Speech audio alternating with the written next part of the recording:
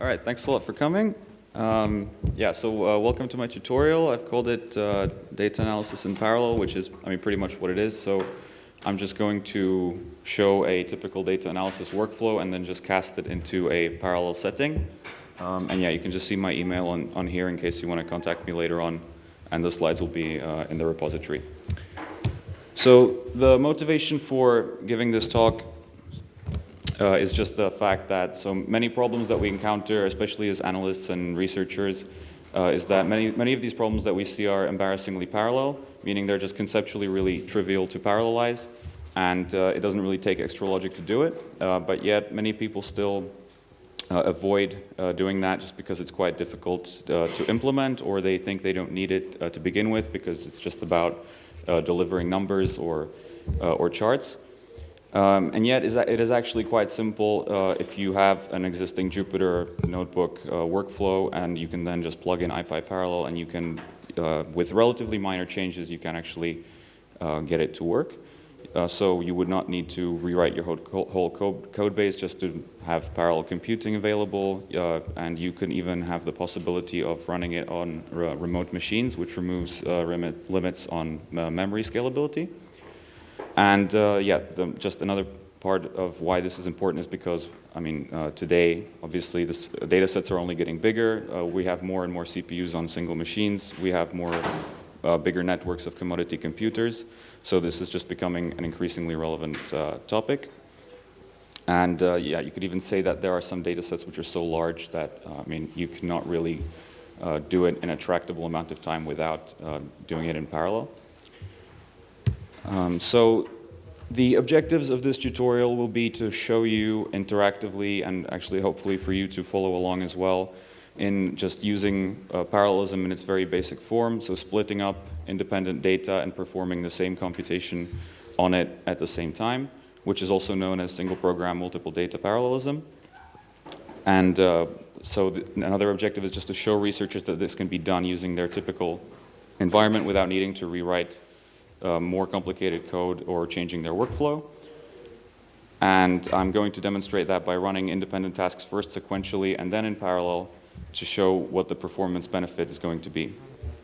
And as further enhancements, if there is time, then I will also look at analyzing what the performance improvement is, why is it the way it is, and then we can look at debugging the parallel processes, and if there is extra time at the end, we can also look at how to run on remote machines, which I'm not going to demonstrate, but we can just discuss what the steps would need to be for that with IPyParallel.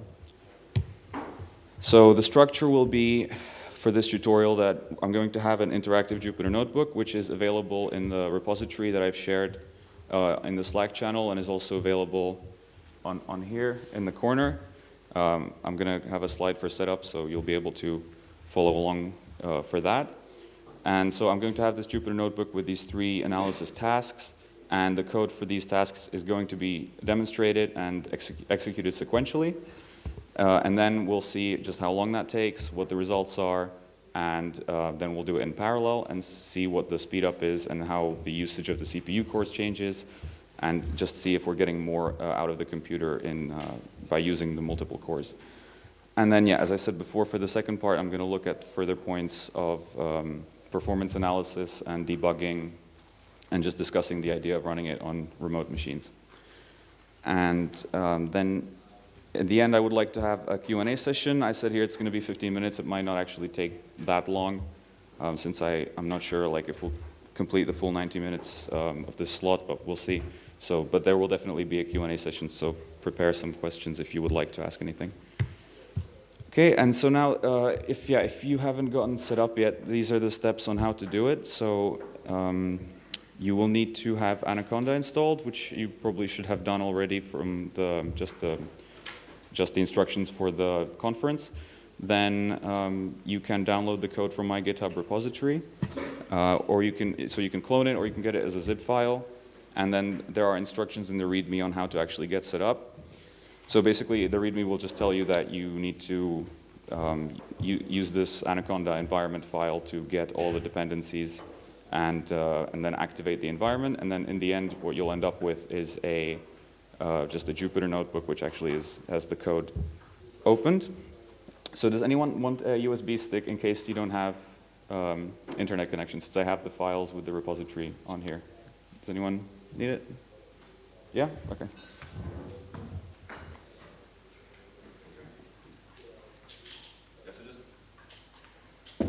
So just feel free to pass it around if anyone else needs it afterwards. Okay, so yeah, and while I'm giving the rest of the presentation, which isn't actually very long, you can get set up with the repository and just follow along.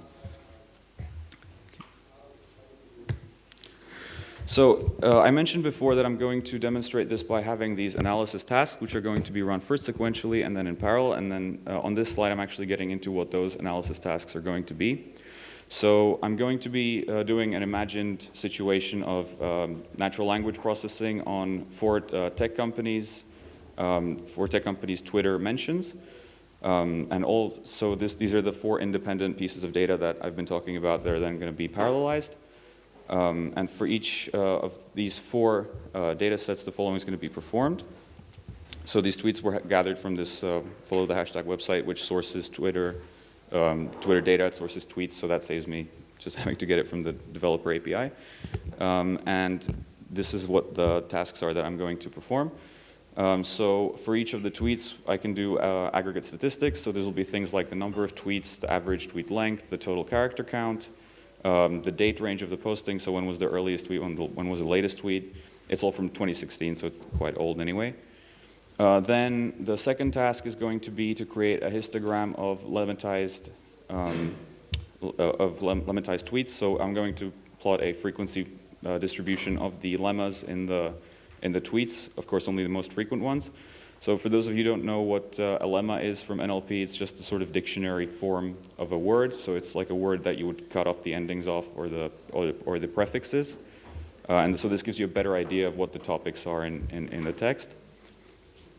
And basically this is going to be done for every single company, and I'll show the frequency distribution of the top 20 lemmas. And then finally, I'm going to classify the sentiment of each tweet using a pre-fitted neural net and calculate the percentage of positive tweets. So I just have another notebook where I fit this Keras classifier, which I'll just briefly show you, but I won't run it because it takes like 24 hours to actually fit it.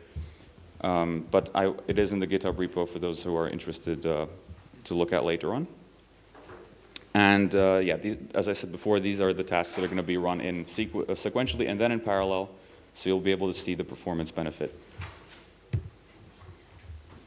Okay, so just to introduce the idea of parallelism in case anyone's not familiar with it. So it's basically the idea of running computation at the same time on different processors or different machines, and it actually has to happen simultaneously. Right, which is not necessarily the same as concurrency, because that can be, you have multiple threads, but they're all done by one processor, but they're just done asynchronously. So that's useful for things like I/O or just user interactions. But it's not the subject of this talk, because in this talk we're actually talking about parallelism, which means running simultaneously on different processors. And before I mentioned embarrassingly parallel problems, which are those that can just be implemented without having to work on additional parallelized logic. So the idea is you just split the data and you just run it. You don't have to change any algorithm in a big way just to be able to implement it. And that's what embarrassingly parallel problems are. And they are the ones that are encountered very often in data analysis workflows. And that is how I'm going to demonstrate how to run those four analysis tasks. And then there will be three final further concepts that we will look at, which are the analysis of the performance. So why is why is the parallel code as much faster as it is than the sequential code? We'll look at bottlenecks and potentially counterintuitive results and why it may not be exactly what you expected. Then we'll take a look at debugging the parallel processes, which can be done by writing to files and raising exceptions, but it's not necessarily as simple as just logging to a terminal as you would do from a single-threaded application or a single process. So these parallel processes are notorious for being difficult to debug, so we can look at how that can be done. And then finally, I'll just quickly touch on how to run it on remote machines, because that is something that helps you scale quite a lot, and if you can implement it, it can help you just overcome limits on memory and get further speed up. Even though it's something I won't write code for here, but we can just sort of discuss how that could be done. Okay, so that's the end of the presentation, and now I'm actually going to get into the demo. So those of you who have the notebook installed, feel free to follow along. You can just execute it yourselves as well, just to get an idea of just interactively run it as well. Before that, I'll just show you what the data looks like that we're going to be analyzing. So these are the tweets of the companies that we'll be looking at. So for example, one of them is just tweets about Amazon, so I'll just open this CSV and show you what it looks like very quickly before we get into the actual code.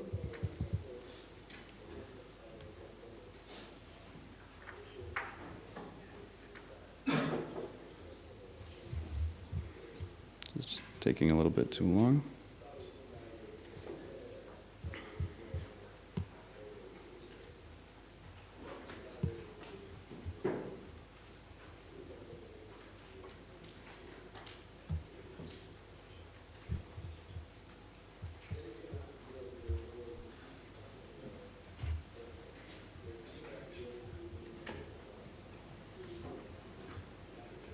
Okay, so yeah, this is the nature of the data that we'll be looking at. So you've got just a large table for these 4 companies, one of which is being Amazon that we're looking at. So you see you've got things like date, hour, username, and then the actual content of the tweet. And you can see the Amazon symbol, which is what it's been sort of captured on. And then you have just a Boolean flag of whether it's an RT or not, and then the number of retweets as well. Okay, so this is what the data looks like that we're working with. I just find it's always useful to look at the data beforehand. Yeah, so we can close that. And now we can actually get into the code demonstration. Okay, so let me just make this a bit bigger. Would you prefer this or this? Okay, all right. Yeah, so this is the main notebook, which actually shows the analysis tasks. So I'm just going to run through this. I mean, so this is just a bunch of imports that will later be needed. This is just some environmental flags to just basically deal with Keras having some annoying errors. Yeah, this just says we're going to read 30,000 rows. Then this function is just used to do some pre-processing on the data frame as it's being read from the CSV for every single company. So you just read the tweets, you get rid of the columns that you're not interested in, which actually has already been done before, but anyway, it's there. I filtered out retweets because I don't want to consider them. Then these regular expressions just get rid of things like mentions, they get rid of links in the tweets, they get rid of the symbols, because that's not really relevant. And then, yeah, this just basically applies these patterns to clean the tweet content. And you can see here that there is this IPP.require decorator, which is used for IPyParallel, but at the moment you don't have to think about it because we're first going to run it sequentially. And it doesn't actually, if you just were to call the function by itself, it wouldn't do anything. So it's just, so at the moment you can ignore it, but it will become relevant later on. Just going to run that. Okay, so here we can see that there are these analysis tasks that we want to run, which is what I've basically spoken about in the presentation before. So there are the aggregate statistics, then the histogram of lemmas for each company, and then classification of sentiment. So here we can look at the first task. Right, so this is just an imagined sort of NLP workflow. Right, so this function will just give you some data about each company's tweets that we're looking at. So it will give you things like the number of tweets, the total character count, the min and max of the dates, then the average length of the tweet, and then the average number of retweets. And then you just return that as a pandas series just because it's easy to visualize that way. Okay. Then the second task is getting the top lemmas. So for every tweet, you tokenize it, which is basically, from NLP again, it's just the task of splitting a sentence into its tokens. So things like just words that are split by white space and potentially other other things. And then you do the lemmatization, which means finding the lemma of the word, as I said, which is the dictionary form. And then you turn this into a counter object, so you get a dictionary of a lemma and the count, and then that is built up in this loop over all of the tweets. And you then return that as a dictionary where you only get the top n, which in my case is going to be 20. So I'll just run that.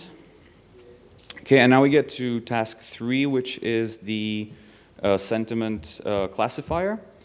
So before I actually show you this, I'm just going to show you the notebook. I'm not going to run it, but the notebook that I used to fit this. So I used this, so yeah, this is a separate notebook, as you can see, for fitting the Keras model. So here, it's just a binary classifier, which says, you know, is the tweet negative, is it positive? And I used this Sentiment 140 dataset, which is freely available online. Yeah, here I just do some pre-processing. Yeah, before you actually can classify text, you need to tokenize it, and most importantly, you need to turn it into a vector form. So you cannot obviously train a model on a bunch of words. You need to turn it into a vector representation, and then you can actually train it. So that is something that's being done here.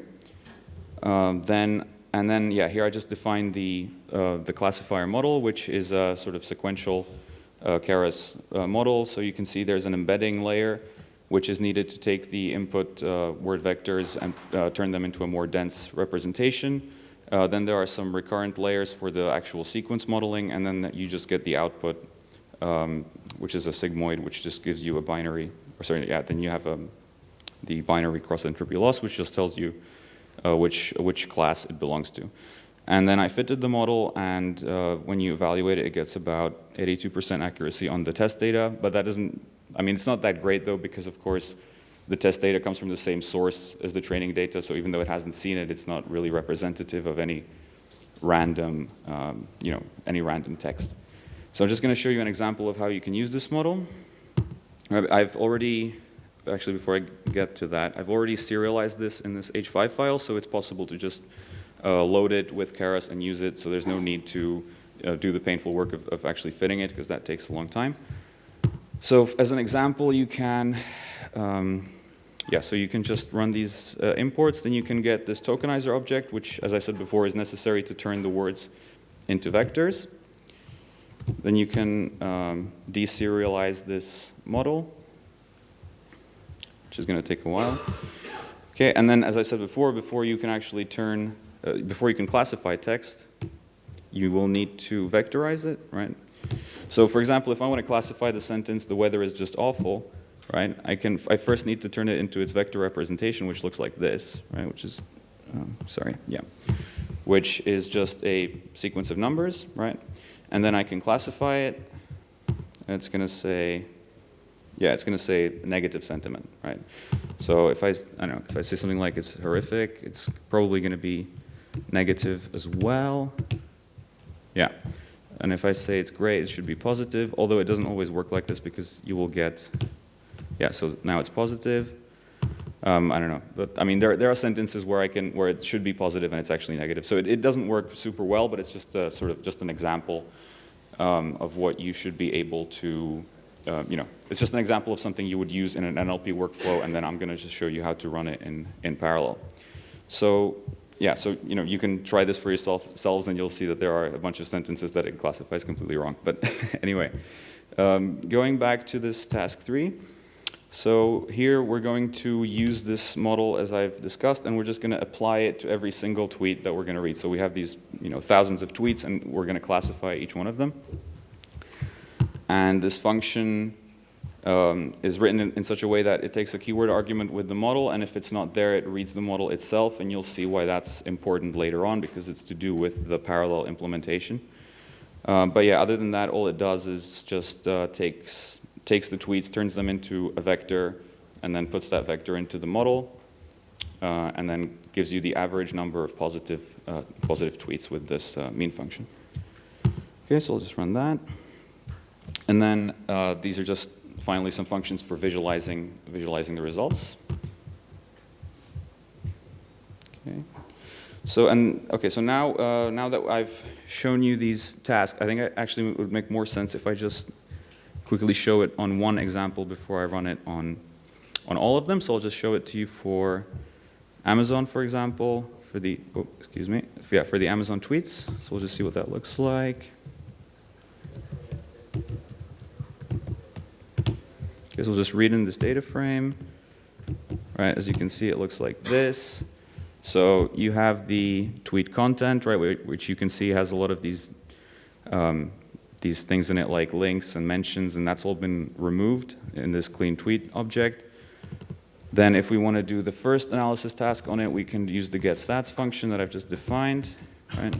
And this just tells you that, okay, you've got 19,000 whatever tweets. We read in 30,000, but of course some of those were retweets and they've been filtered out.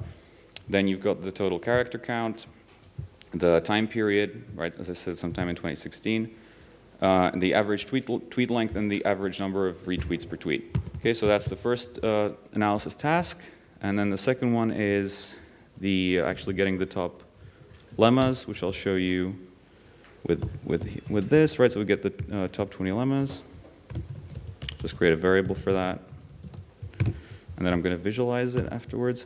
Yeah, this task does take quite a long time because it needs to build up this dictionary over all of the tweets continuously, so we might need to wait for a little bit for that to complete. Okay, so that's done, and I will show you what that looks like as a histogram. If this autocomplete would actually decide to start working, okay. All right. Yeah, so here you can see the histogram of the most common lemmas, and it's really nothing surprising, right? You've got the name of the company, and then you've got a bunch of the very small words that occur in natural language very often. And of course things like stock, because people use these symbols to talk about the stock market, and how the companies are doing. Yeah, so I mean this is quite predictable. And then finally we can run the third analysis task, which is going to be. Well, actually, before we do that, I will need to load this sentiment model. All right.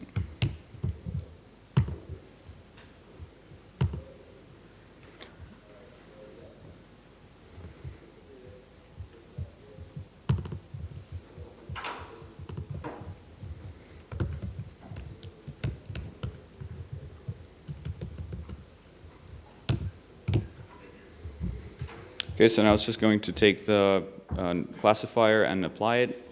And yeah, so you see the average, it says that on average 76% of the tweets are positive. I should also mention that this takes a random sample of only 1,000 tweets, just so we don't spend too much time on applying the neural net.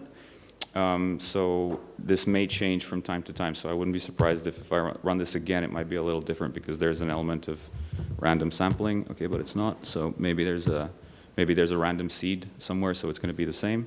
Okay, or not. So yeah, as I said, there's an element of random sampling because you only take 1,000 samples from the tweets and then apply the classifier to only those 1,000. Okay, so that I think that gives a pretty good overview of what the analysis tasks are. And now we can actually get into running this sequentially and then in parallel, so we can see what the performance benefit is from doing it in parallel. Okay, so I'm just going to make this array of the tickers. Then we can run this loop with all the tasks, which will actually take quite a bit of time. It usually takes like a minute or so. So I'm going to have some logging here as well.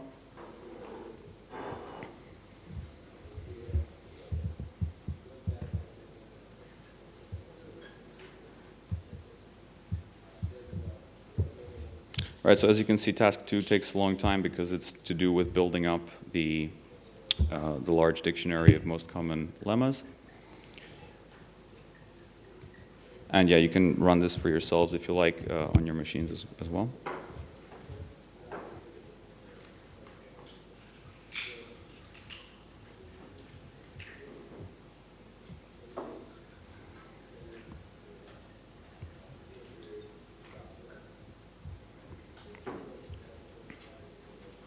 Yeah, and so after I walk through running it, we can look at some performance analysis with HStop.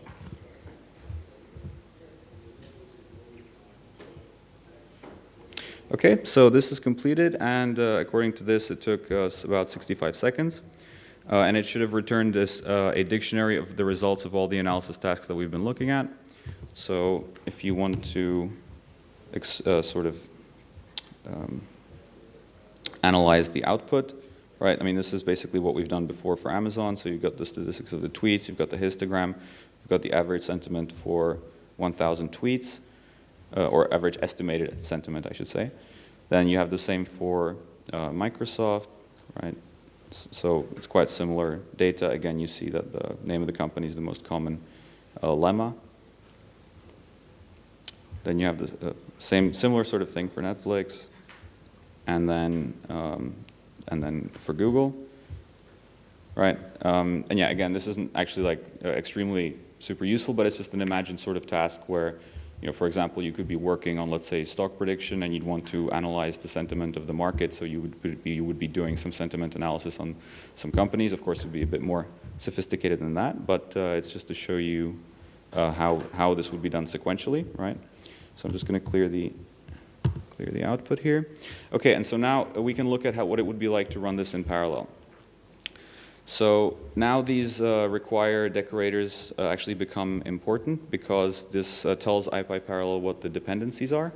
So it doesn't recognize necessarily these imports at the top. It doesn't care what we import. So it needs to be told specifically what the dependencies are, and there are several ways of doing that, one of which is specifying it using these decorators. So you can see that these functions depend on some modules from the standard library and some actual functions that have been defined before, like this, right? And you can see it here as well. And so in this function, I'm just going to run basically what was done in a single iteration of this for loop. So I'm just going to run that. So I'll just define this function. And now we need to actually launch a cluster, right? Because to use IPyParallel, we can't just launch it from the notebook. We need to go to a terminal and launch an IP cluster. So that's something I can do here. And I'm going to use 4 engines, because we've got 4 pieces of data. So then that way we're going to get it's the most logical sort of choice for the amount of speed up that we want to get. Yeah, and eventually it should say engines appear to have started successfully. Yeah, sure. That's a good idea.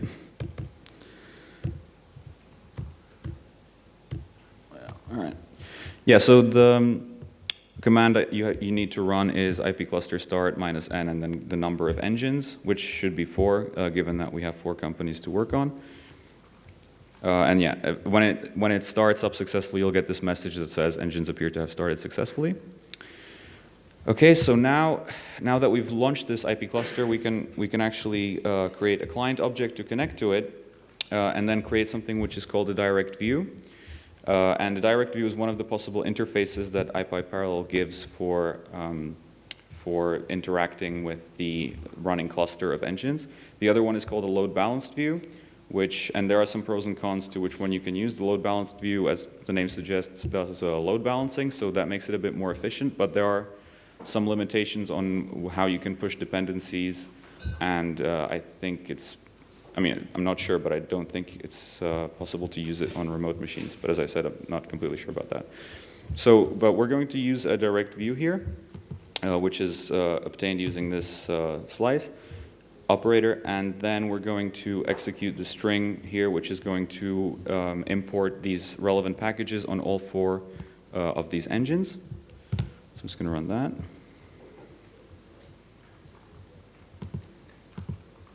Okay. Yeah, so there's just some warning, but let me just show you what this looks like. Right, so you see this direct view object has a direct awareness of these 4 engines that are running. The next step is we're going to take these global variables that we've all been that have been used in the notebook, and we're just going to push them again to all of those 4 engines. So you run that. And then we can execute the actual parallel run of this, which is running this function in parallel using map. So we run that. And as you can see, there's obviously like no printing going on because it wouldn't work anyway. So we'll just need to wait for a while.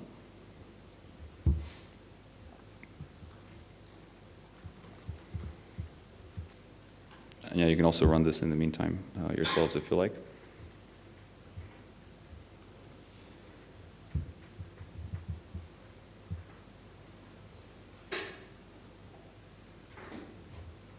Yeah, and so you can see it completed in about half of the time. And we can get these results and compare them, right? So again, you can see it's the exact same thing. So the same number of tweets, same character count, same histogram. This obviously is different, but it's only different because of random sampling, so it's got nothing to do with parallelism. Yeah, and you can see that, okay, these are the exact same results. And yeah, you can see it only took half of the time, but it didn't necessarily take a quarter of the time, which is what we would have expected. And yeah, so there are several reasons for that. And I'm going to just run this again with the htop, and then we can do a bit of performance analysis on why it's taking half of the time as compared to the sequential implementation. So I'll just drag this over.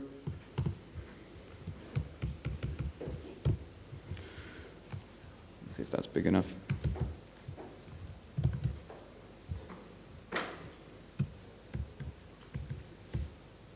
Yeah. Okay, so we can run htop to show the actual performance, which again you can do yourselves. Let me just shrink this. Okay, I'll see if I can also sort the processes by the number of CPUs that it's using, or by the percentage of CPU load that it's using. Okay, so now I'll run this again and we can analyze why it's taking the amount of time that it is. So this is running now. So you can see there's not much activity. Now it's doing the second task, which is the building up of the dictionary of the lemmas. And now it's going to be doing the third task, which is the classification. So I'll just wait for this to run through and then I'll comment on what we're seeing with this performance behavior.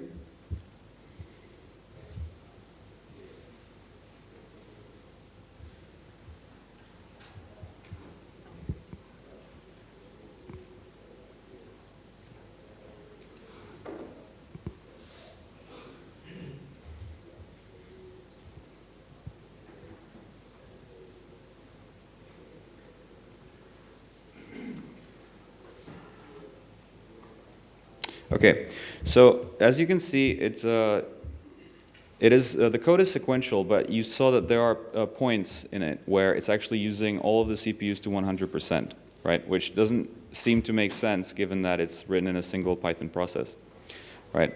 But the reason for why that's happening is because one of these tasks that we're running on is actually using multiple processors internally, even though it is within one Python process. And the reason for that is because we can see that we are using this Keras sentiment model. And because Keras isn't written purely in Python, it's also got a C and C++ backend, you can tell that it actually does use multiple processors, even though you call it from a Python process, but it itself does use multiple processors. So that is why, even though this was a sequential implementation, you saw that there was this 100% usage across all of the CPUs, but clearly that is still slower than using IPyParallel because it doesn't benefit from parallelism in the other stages, like especially the second task, which is building up the dictionary. So now I'm just going to run the second task again, and then you'll be able to see what the CPU usage is like for that.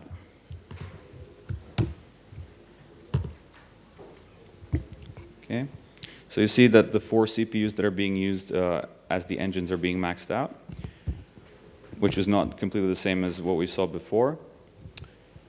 And now, but when we get to the third analysis task, you see that the other 4 are going to be used as well because of Keras' own implementation.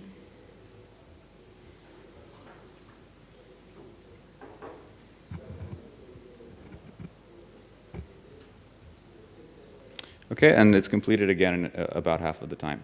So the takeaway point from this is just that, yeah, you can benefit a lot by parallelizing different pieces of code, or sorry, just your code on different pieces of data. But you just also do need to be aware of what underlying implementation there is in your libraries, because as we've seen with Keras, it already does have parallelism embedded into itself.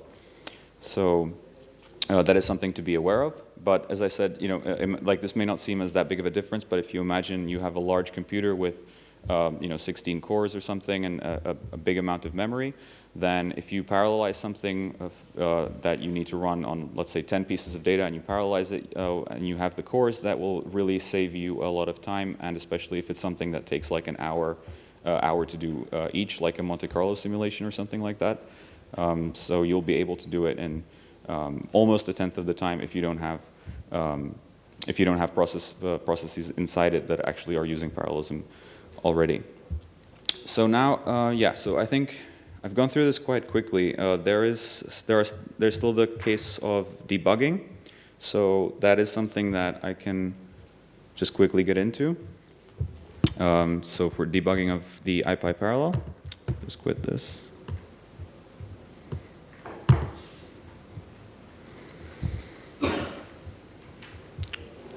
Okay, so one way to debug this process would be, let's say we could raise an exception inside one of the functions.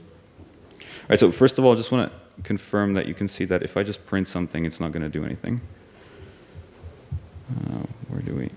Okay, all right, so if I try and print something like some logging statement, I run that. All right, it'll again take like 20 to 30 seconds. All right, so this traditional way of debugging sequential processes won't necessarily work, and also there's the issue of trying to figure out which process the debugging statement came from. So I'll just wait for this to, well, actually, I'll just terminate it at this point. Yeah. Okay. So as I said before, one way to debug these processes is to use exceptions. So if we could, for example, go into this preprocessing function, we could say that we can raise an exception with some debugging statement, right? So in reality, you'd have like an if statement that would check for something, but here we can just raise an error. And again, we can call it some debug statement.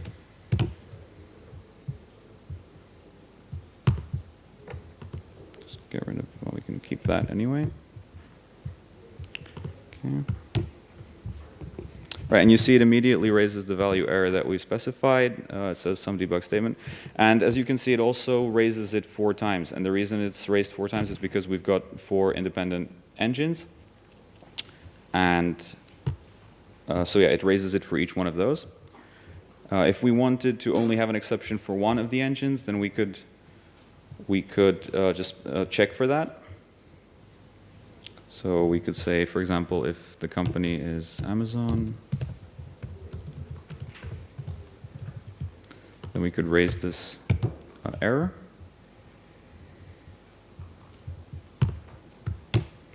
Right, and you can see that, sorry, I'll just need to define it here as well. Yeah, so this time it's going to run a bit longer, but then it will actually raise the error. And the reason it runs a bit longer is because the 3 other engines are still executing while the error is going to be raised on one of them that's running Amazon's tweet processing.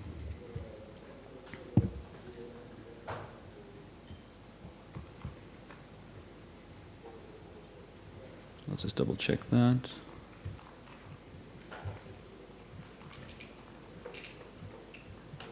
Yeah, so you see that now only one error has been raised because we only raised it in one of the engines. So exceptions is one possible way to debug these processes, but Another possibility is to use logging. So you can log from each independent engine to a file, and then you can read the file later on to see what sort of happened. And again, this is actually quite useful. So let's say you've got some task that takes an hour to do, and it's got multiple steps and multiple simulations, modeling within it, things like that, and you think it might break. So in that case, it's actually quite useful to have logging statements before and after each important step, so that you can then look at the file, and if it breaks, you can see how far the engine or the process got before it broke.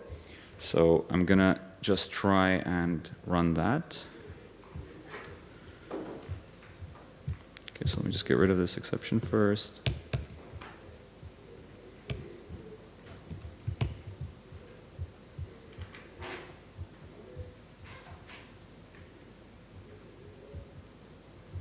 I'll just clear that up.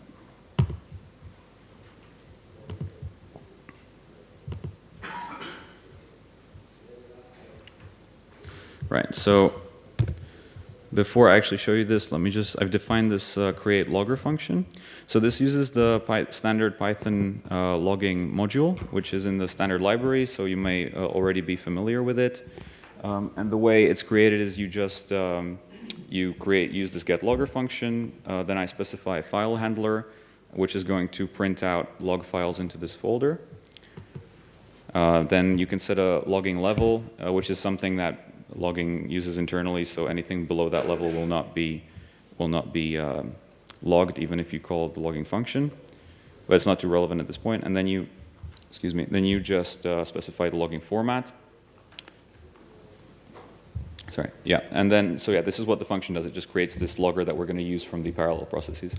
So we can go back, and as you can see, it's also another dependency in this IPyParallel, right, which is another important thing for managing dependencies in IPyParallel, right? So you just need to remember every time that you use a dependency, you need to either import it from within the function, or you can use this decorator to specify it. So we're going to just uncomment this, and we can run it. Okay, so this is just going to run again as normal, but then the idea is that it should actually create some log files in this folder that we can look at afterwards.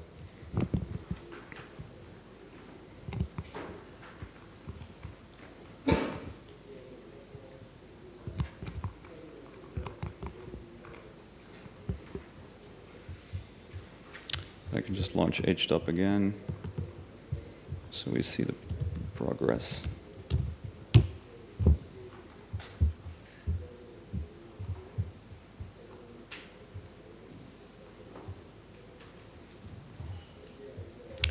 Okay. Yeah, so here you can see these log files that have just been created. And you can see in here there's this logging message that we've just written down. Right, which just simply says this. It says that this step completed, and like I said before, if you had some complicated workflow, you could take these logging messages and do them in more detail. So, for example, what I can do is I can also show you how to do it from within one of those functions. So let me just delete these files.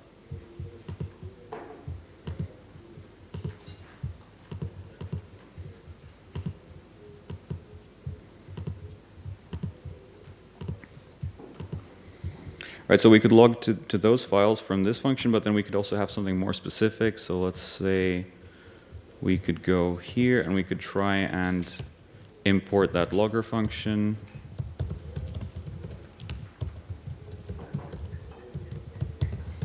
Okay.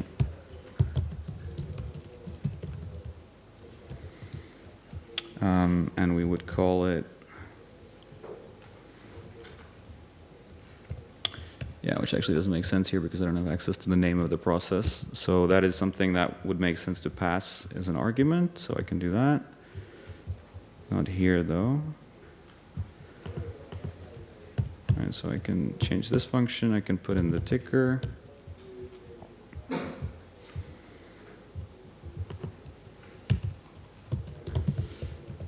I'll just say it has a none by default. And then I'll say that the name of this logger is going to be sentiment, and then we'll just add in the actual ticker name. So we'll create the logger, and then we can log from here saying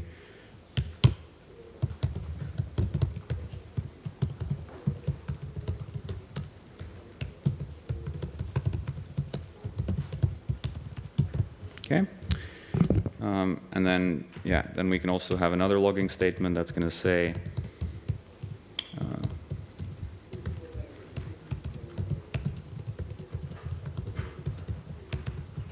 okay.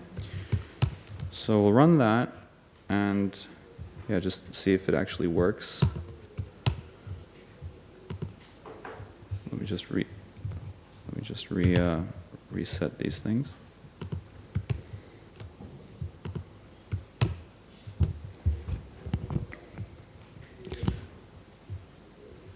Right, so the idea is that it's these log files are just there for this initial statement, but then there should be a second set of log files for actual specific logging from within this, this function. That should start with sentiment.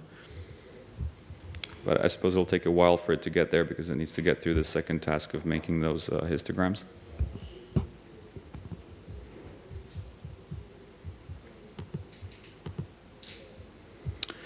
Okay. I guess I need to specify it as a keyword argument. Sorry about that.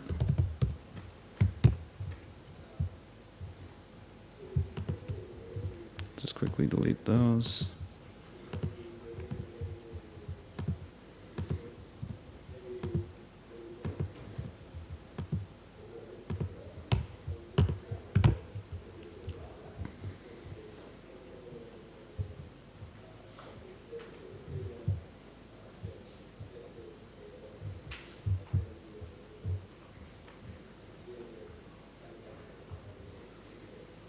Yeah, so I'll just wait for this to finish.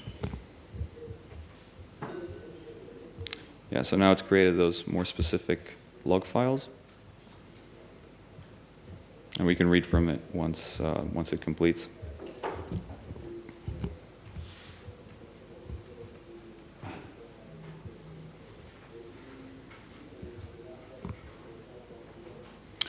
Okay, so we can look at those.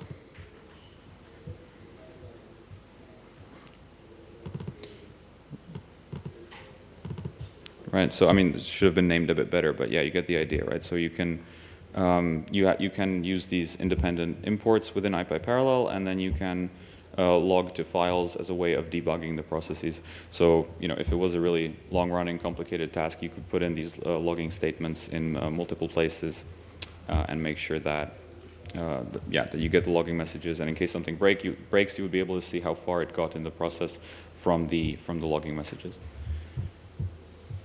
Okay.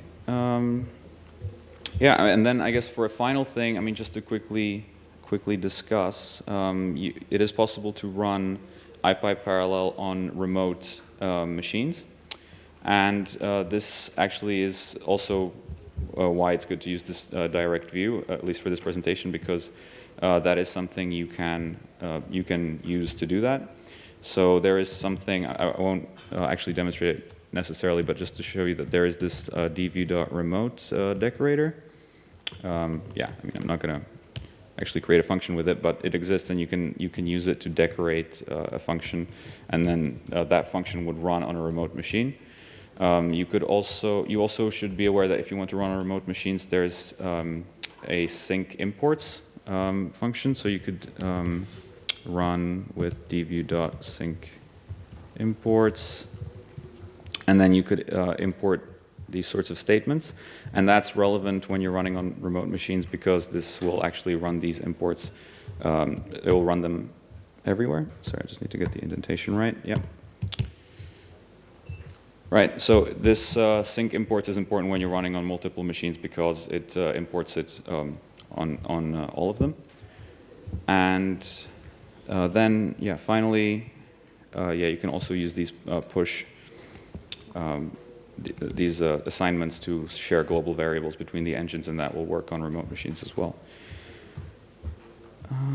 Okay, and yeah, I think I think that's pretty much it, which I know is quite early to finish, but I mean, I've just gone through it quite quickly. Let me think if there's anything else I could share. So another interesting thing is that you could run this map, but instead of map sync, which means that you will just it will block until it executes. It runs it in parallel, but once you run it, you have to wait for that command to finish. You could also use a map async, which you could launch like this, and it wouldn't block. You could do other things while this would run in the background, but then it would return presumably a future object that you would then get, and then that would force it to return the value. Okay, so yeah, I mean, I think that is all I wanted to show. I'm sorry that it's going to be quite this early, but yeah, I did go through all of the points. So yeah, but I mean, I guess that means we can have a really long Q&A. So if you have any questions, feel free to ask me. Yeah. Yeah, please.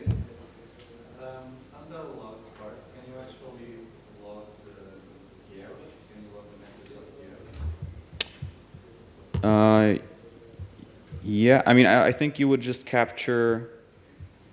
Yeah, I mean, well, you could do a try catch, right? And then in the try except, and then in the exception block, you could just capture the message output of the error as an object, and then you could log that into a file. So that is how I would do it. Yeah, please. Yeah, so you maybe didn't mention memory.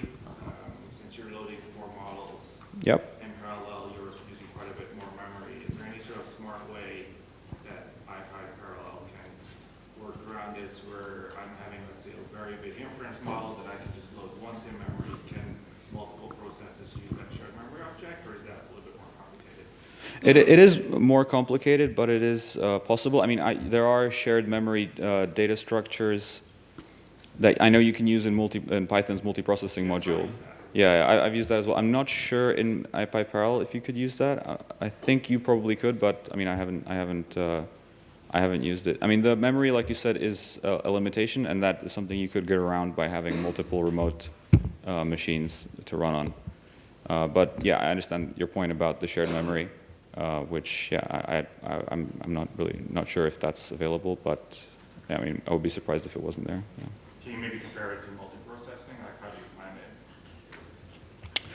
Well, to be honest, I find it quite similar, actually. Like, the workflow, I think, is not that different.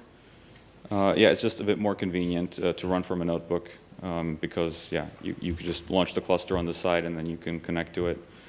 And also, I think with the load balanced view, I think also you have the benefit of it just actually figuring out, you know, if one thing is taking much longer, it can put a bit of work on another processor and things like that.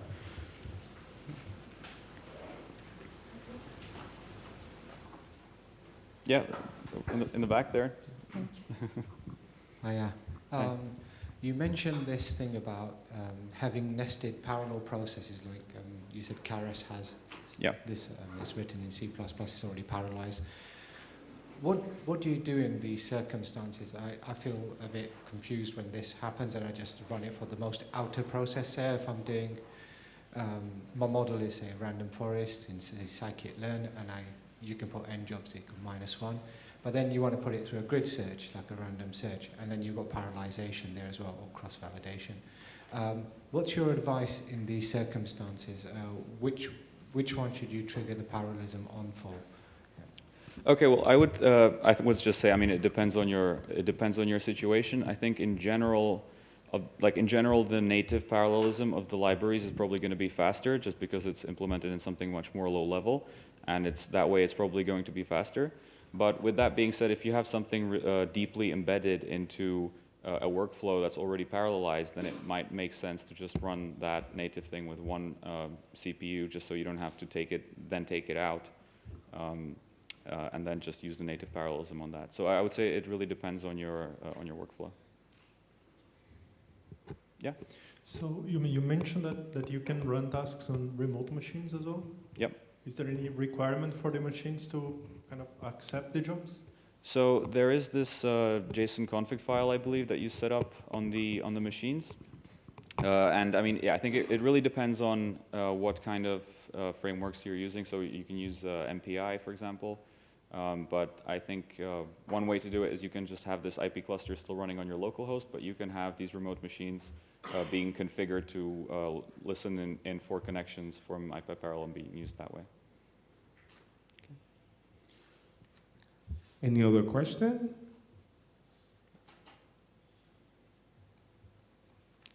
Yeah, okay, well, one last one. Let's go with that. I have a question.